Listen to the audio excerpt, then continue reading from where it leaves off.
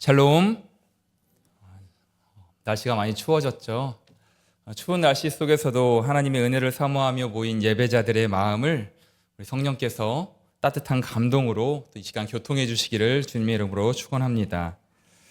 오늘 설교의 제목은 다소 낯선 법정 용어인 변호라는 단어를 사용해서 변호를 시작합니다로 정해 보았습니다. 맞습니다, 여러분.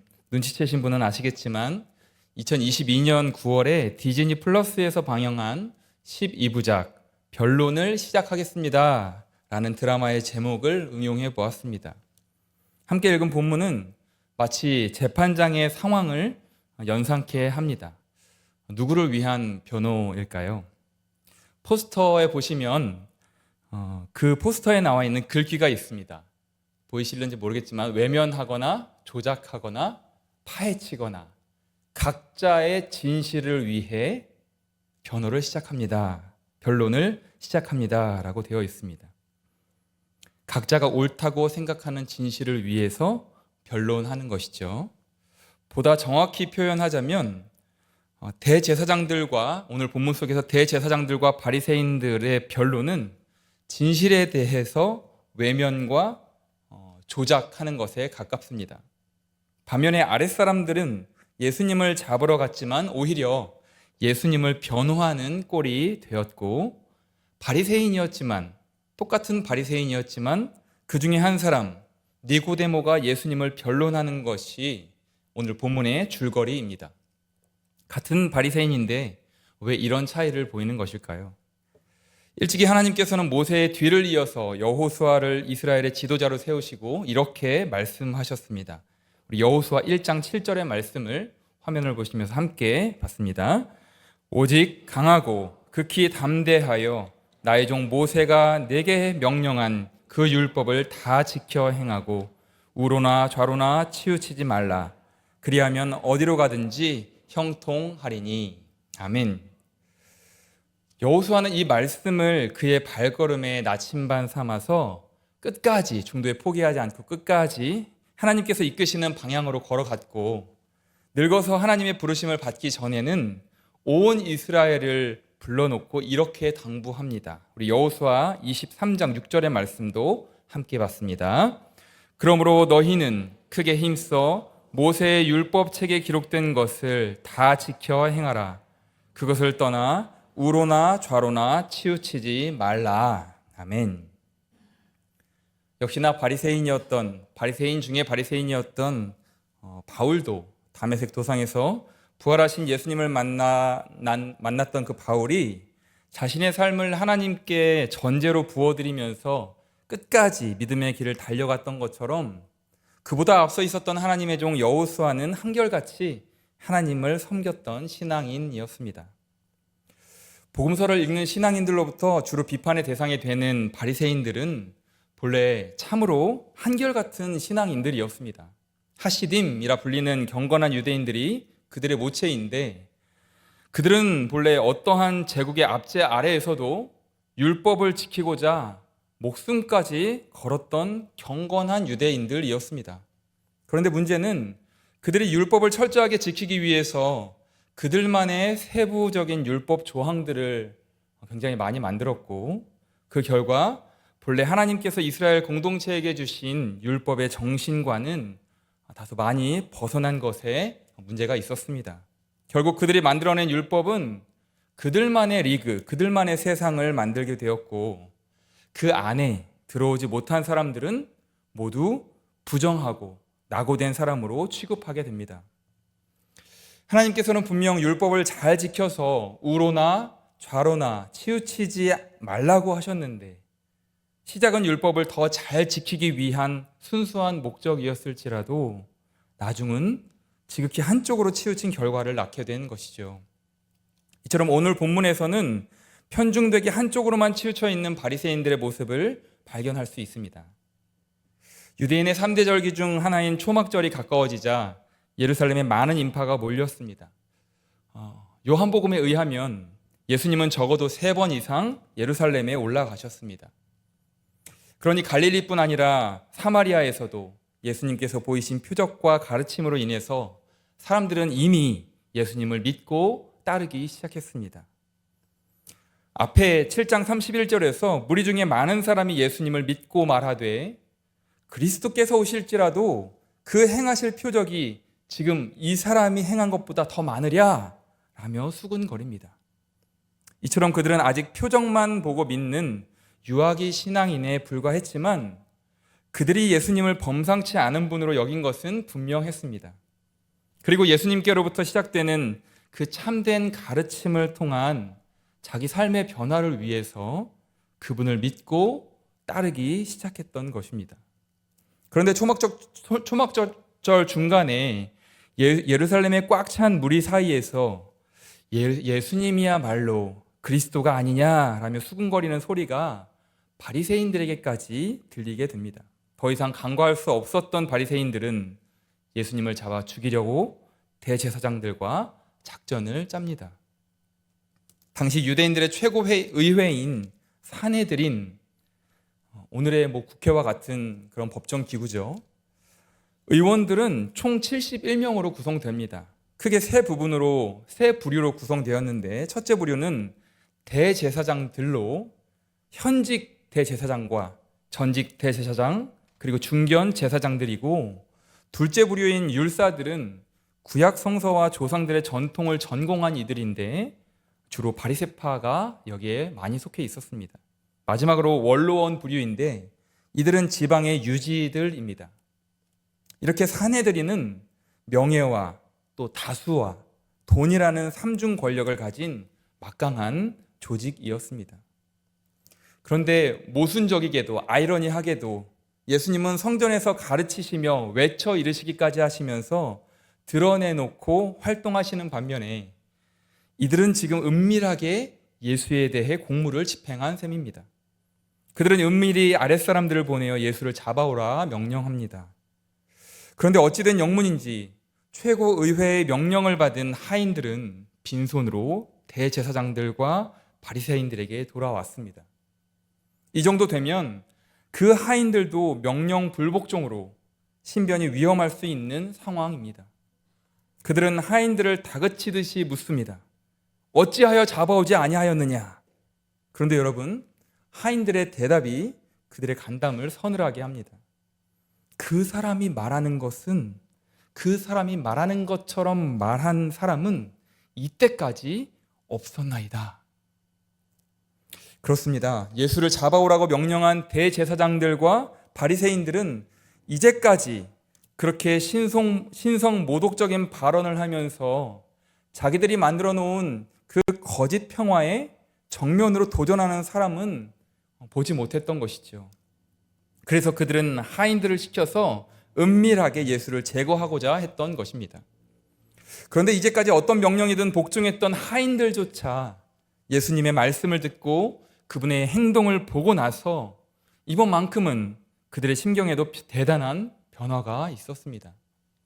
명령 불복종으로 자신의 신변에 위험이 올 수 있는 상황이지만 그들은 그들이 느끼고 그들이 본 그대로 상관에게 사실대로 보고합니다. 사랑하는 여러분, 이제까지 예수님이 말씀하신 것처럼 말한 사람이 없었기에 그 말에서조차도 그의 위험을 느끼면서 예수님을 함부로 대할 수 없었던 하인들을 우리는 봅니다. 하인들조차 예수님을 향한 변호를 시작한 것이고, 오늘 우리도 우리가 느끼고 우리가 듣고 우리가 본 그대로 전하고 예수님을 자랑하는 것이 여러분 곧 전도이고, 우리의 삶을 통해 예수님을 향한 변호를 우리 또한 시작하는 것입니다. 그런데 생각해보면 오늘 우리 주변에도 겉으로는 굉장히 의기양양하게 우리를 잡으러 오는 하인들이 얼마나 많은지 모릅니다. 또 은밀하게 일을 꾸미는 대제사장과 바리새인들처럼 이미 내 삶의 주인 되신 주님을 밧줄로 꽁꽁 묶어서 더 이상 주님의 주인 되심을 기억하지 못하도록 무뎌지도록 밀려오는 그런 우리네 삶의 상황들은 또 얼마나 많습니까? 그러나 우리는 예수님처럼 말할 수 있어야 합니다. 이제까지 예수님이 말씀하시는 것처럼 말한 사람이 없었기에 예수님의 모습을 보고 하인들의 심경에 변화가 있었던 것처럼 우리도 예수님처럼 말하고 예수님처럼 살아낼 수 있어야 합니다. 여러분 기억하시죠? 3개월 전 25년 차 찬양 사역자인 유은성 전도사님이 이곳에 와서 에베네셀 기도회를 통해 은혜를 나눈 것을 기억하실 것입니다. 저는 그때 저 자리에 앉는 특권을 받았는데 청청병력 같은 뇌종양 확진을 받고 투병 중에도 선한 일을 계속하면서 동상이몽 너는 내 운명이라는 그 공중파 방송에서 다룬 그 부부의 삶을 통해 살아계신 하나님이 세상에 전해지는 것, 그 이야기를 전하면서 그렇게 공중파 탄 것을 너무나도 기뻐하면서 섬기는 교회 목사님이 눈물 흘렸다던 그 말씀이 아직도 저에게는 감동으로 남아 있습니다. 제가 좀 찾아보았는데요. 2025년 1월 24일, 그러니까 한 10일 전이죠. 국민일보 기사에서 유 전도사님은 이렇게 고백합니다. 제가 찬양사역자, 전도사, 목사 아들이지만 뇌종양 확진을 받은 후 두려운 마음이 컸습니다. 막상 죽음이 가까이 있다는 생각을 하니 죽고 싶지 않았습니다. 물론 하늘 소망을 꿈꾸면 행복해야 하지만 아직은 더 살고 싶은 마음이 강하게 들었습니다. 그런데도 질병을 통해 일하시는 하나님을 보면서 다시 일어날 힘을 얻게 되었습니다. 나의 이야기가 누군가에게 힘을 줄 수 있고 나의 고난이 오히려 하나님의 배려일 수 있다라는 확신이 생겼습니다. 희망적인 것은 2년 전과 비교했을 때 종양이 많이 자라지 않았어요. 이틀 전에 검사받고 왔는데 뇌종양이 그대로더라고요. 결국 하나님이 부족함 없이 선한 길로 이끄시리라 믿습니다. 저는 하나님만 찬양하려고요. 이제야 하나님의 마음을 알게 되었습니다. 나의 아픔도 하나님께서 주관하시고 그분의 뜻을 이루기 위한 도구로 사용하실 것을 기대하며 나아갈 예정입니다. 대단하죠, 여러분. 자신을 집어삼키려고 다가온 그 뇌종양 확진이라는 고난의 터널을 완전히 끝난 것이 아니라 여전히 걷는 중이지만 사망의 음침한 골짜기를 다닐지라도 해를 두려워하지 않을 것은 주께서 나와 함께 하시기 때문이라는 그 시편 23편의 그 신앙인의 고백을 오늘 자신의 고백으로 가져와서 오늘도 믿음으로 그분은 살아내고 있는 것입니다. 그 삶 자체가 지금도 살아계셔서 동행하시는 임마누엘 하나님을 세상으로부터 하나님이 어디 있어? 어디 살아있어? 라고 하는 그 세상의 많은 이야기들로부터 변호하는 그런 증인된 삶인 것이죠. 바라기는 예수님을 닮으려는 우리의 말과 우리의 삶을 통해 우리 주변에 의기양양했던 그 하인들의 마음까지도 예수님을 향한 기대로 변화시키는 우리 삶이 그런 하나님의 도구로 사용될 수 있기를, 우리의 말과 표정이, 우리의 행동이 하나님을 드러내는 그런 도구로 사용될 수 있기를 주님의 이름으로 간절히 축원합니다. 그럼에도 불구하고 여전히 하인들의 왕노릇 하고 있는 바리새인들은 그들을 더욱 거세게 몰아붙이며 묻습니다. 너희도 미혹되었느냐? 그들 눈에 하인들은 예수에게 홀려서 정신을 못 차리고 갈팡질팡하는 어리석은 사람들로 보입니다. 그래서 그들은 예수에게 미혹된 하인들을 포함하여 율법을 알지 못하는 무리를 가리켜 저주를 받은 자들이라고까지 말합니다. 그러나 여러분, 하인들은 예수에게 미혹된 저주받은 자들이 아니라 예수님께 매료된 암하 아레츠입니다. 히브리어 암하 아레츠를 직역하면 그 땅 사람들이라는 뜻입니다. 그렇다면 여기서 그 땅 사람들은 어떤 사람들을 가리키는 말일까요? 바로 갈릴리 사람을 가리키는 말입니다. 이것은 바리새인들이 마치 욕설처럼 쓰는 비하하는 표현입니다. 갈릴리는 유대나 예루살렘보다 이방적인 영향에 훨씬 노출된 지역이었습니다.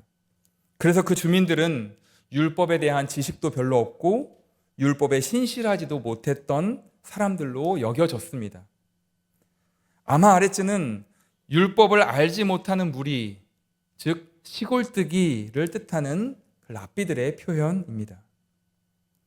그런데 랍비들이 이들을 이렇게 표현한 성서적 근거는 있습니다. 신명기 27장에 보면 모세가 백성에게 요단강을 건넌 후에 지파별로 각각 그리심산과 에발산에서 축복과 저주를 선포하라고 명령하는 장면이 나오는데, 저주의 율법 선포를 마치는 끝절 26절은 이렇습니다. 우리 화면을 보면서 함께 읽습니다.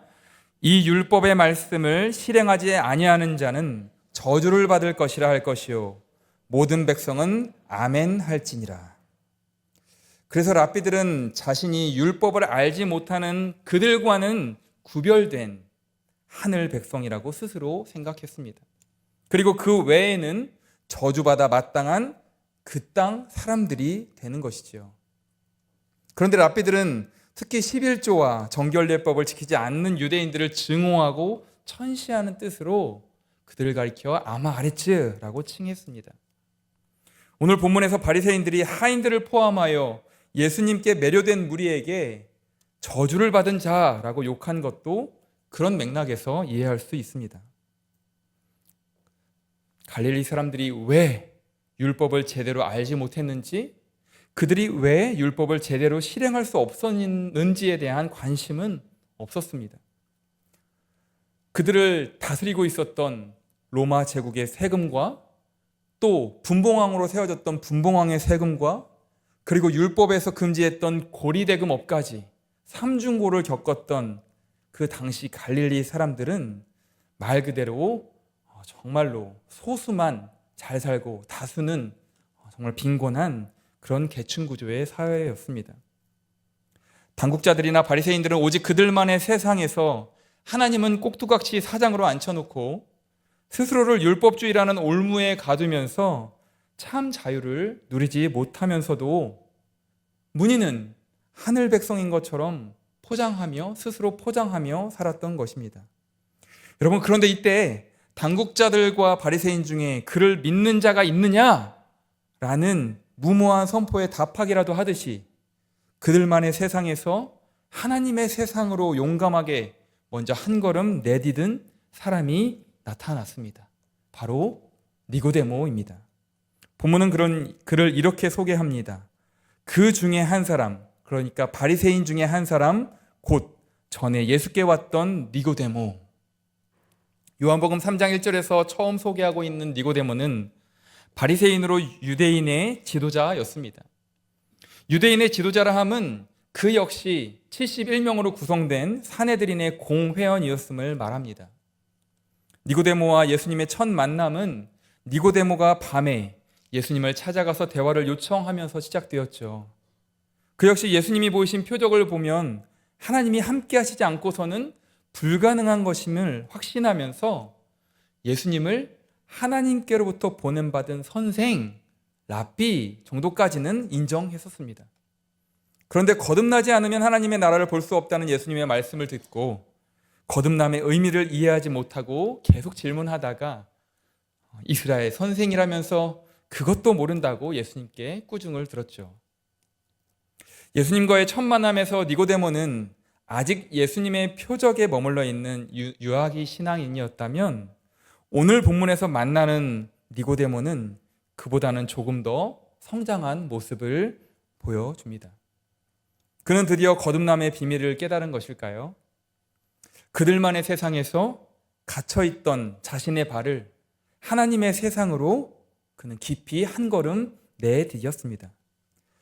사진 한 장 더 보여주시면 아까 변론을 시작하겠습니다 라는 그 드라마의 한 대사가 보입니다. 세상을 움직일 변론을 시작하다.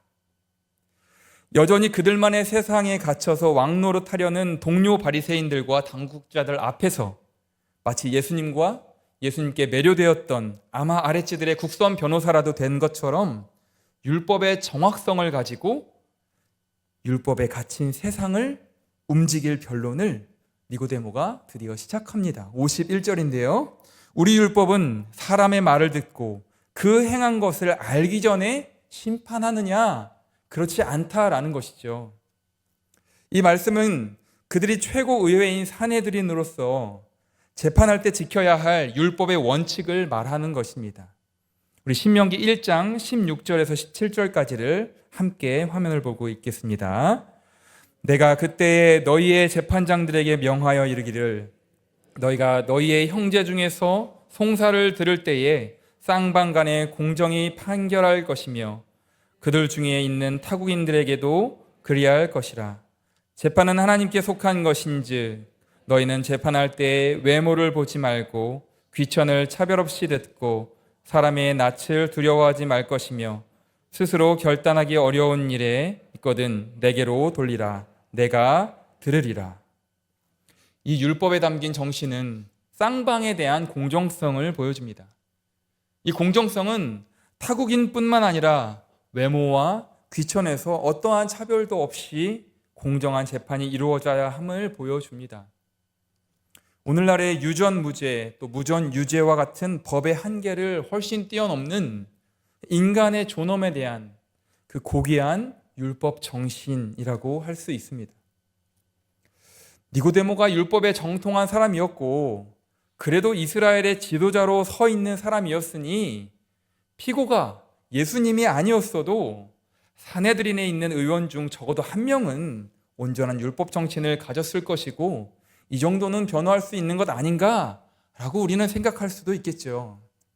그러나 여러분 상식적으로 생각해봐도 71명으로 구성된 그 최고 권력 기구 안에 속한 의원 한 명이 다수의 의견 앞에서 이렇게 당당할 수 있기는 결코 쉬운 일이 아닙니다.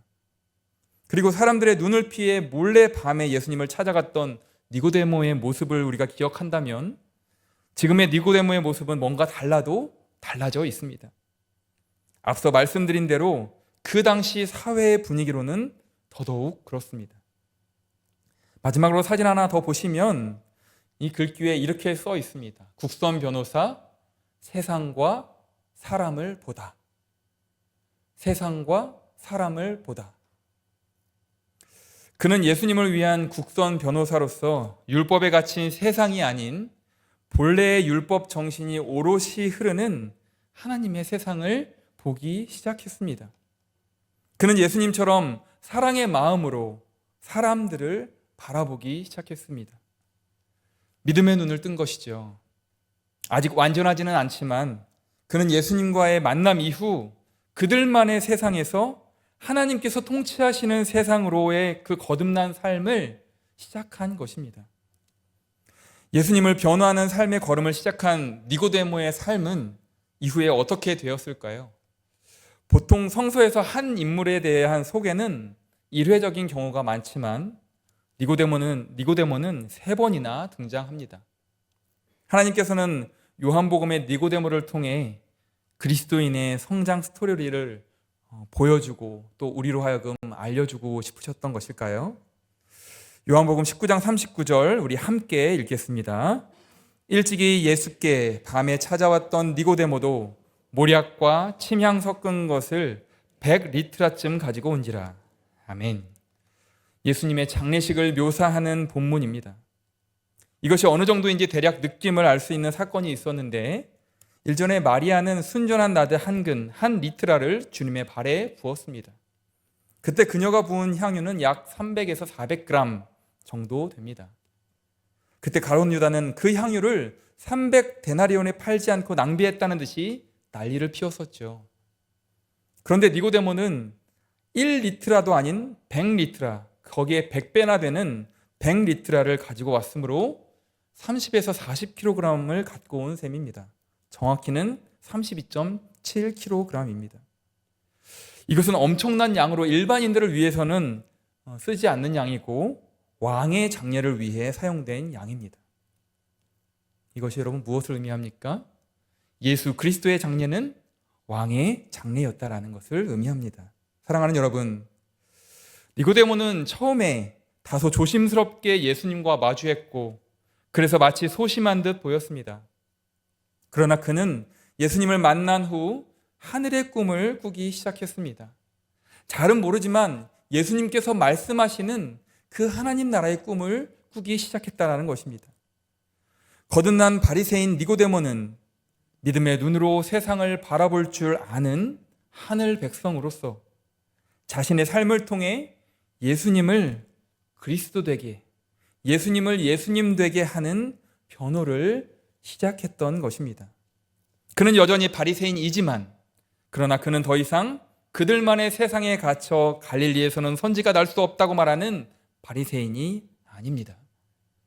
니고데모는 예수님이 선물하신 하나님의 세상에서 거듭남의 참 자유를 맛보면서 예수님을 변호하는 국선 변호사로서의 삶을 시작했습니다. 나아가 니고데모는 예수님의 장례를 치르면서 마침내 예수님을 자기 삶의 진정한 참 왕으로 고백하기에 이릅니다.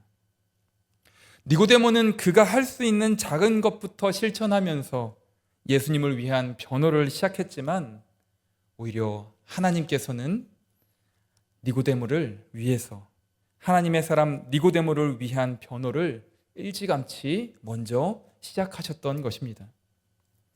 사실 예수님은 여러분 누군가의 변호를 받을 필요가 없는 진리 그 자체이시죠. 그렇지만 우리는 니고데모처럼 예수님을 만난 이후 변화된 그리스도인으로서 그분에 대한 진실을 왜곡하려는 그러한 영적 세력에 맞서 용감한 걸음을 오늘도 걸어가야 되고 살아내야 하는 것입니다. 시작해야만 하는 것입니다. 그런 의미에서 오늘 우리는 모두 예수님의 증인으로서 우리의 삶으로 변호를 시작해야 하는 니고데모들입니다. 우리가 주님을 변호하면 얼마나 변호할 수 있겠습니까? 그것이 하나님께 얼마나 큰 도움이 되겠습니까?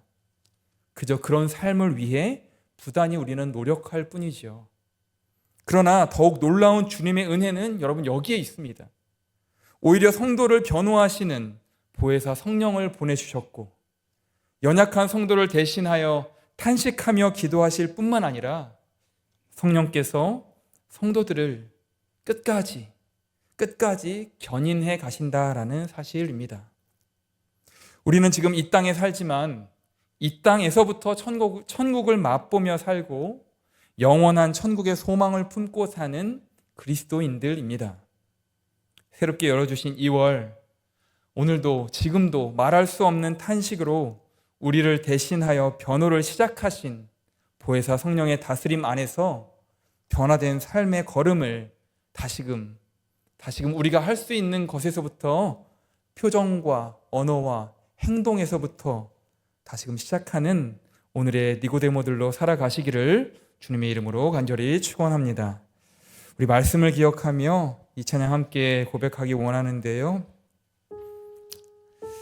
내 삶에만, 나의 문제에만 머물러 있었던 그 작은 시선에서 믿음의 눈을 들어서 하나님께서 우리 가정에, 내 개인의 삶에, 우리 교회에, 또 이 나라와 세계 열방에 주신 그 하늘의 꿈을 또 믿음의 눈으로 함께 바라볼 줄 아는 우리의 믿음의 눈 갖기를 원합니다. 그래서 작은 나의 삶 같지만 굉장히 대단한 어떤 큰 결심보다 내가 할 수 있는 결단을 통하여서 하나님의 살아계심을 드러내고 또 예수님 닮은 그 모습대로 우리가 살아갈 수 있기를, 그래서 우리 삶 자체가 하나님의 역사가 될 수 있기를 간절히 원합니다. 그 기도하는 마음으로 이 찬양 함께 고백하겠습니다. 내게로부터 눈을 들어, 내게로부터 눈을 들어 주를 보기 시작할 때 주의 일을 보겠네. 내 작은 마음 돌이키사 하늘에 꿈꾸게 하네. 주님을 볼 때 모든 시선을 주님께 드리고 살아계신 하나님을 느낄 때 내 삶은 주의 역사가 되고 하나님이 일하기 시작하네. 성령이 나를 변화시켜, 성령이 나를 변화시켜 모든 두려움 사라질 때 주의 일을 보겠네. 이 땅은 황폐할지라도 황폐한 땅 한가운데서 주님 마음 알게 돼. 믿음의 눈으로 주님을 볼 때 모든 시선을 주님께 드리고 전능하신 하나님을 느낄 때 세상은 주의 나라가 되고 하나님이 일하기 모든 시선을 주님께 드리고 모든 시선을 주님께 전능하신 하나님을 느낄 때 전능하신 하나님을 느낄 때 세상은 주의 나라가 되고 하나님이 일하기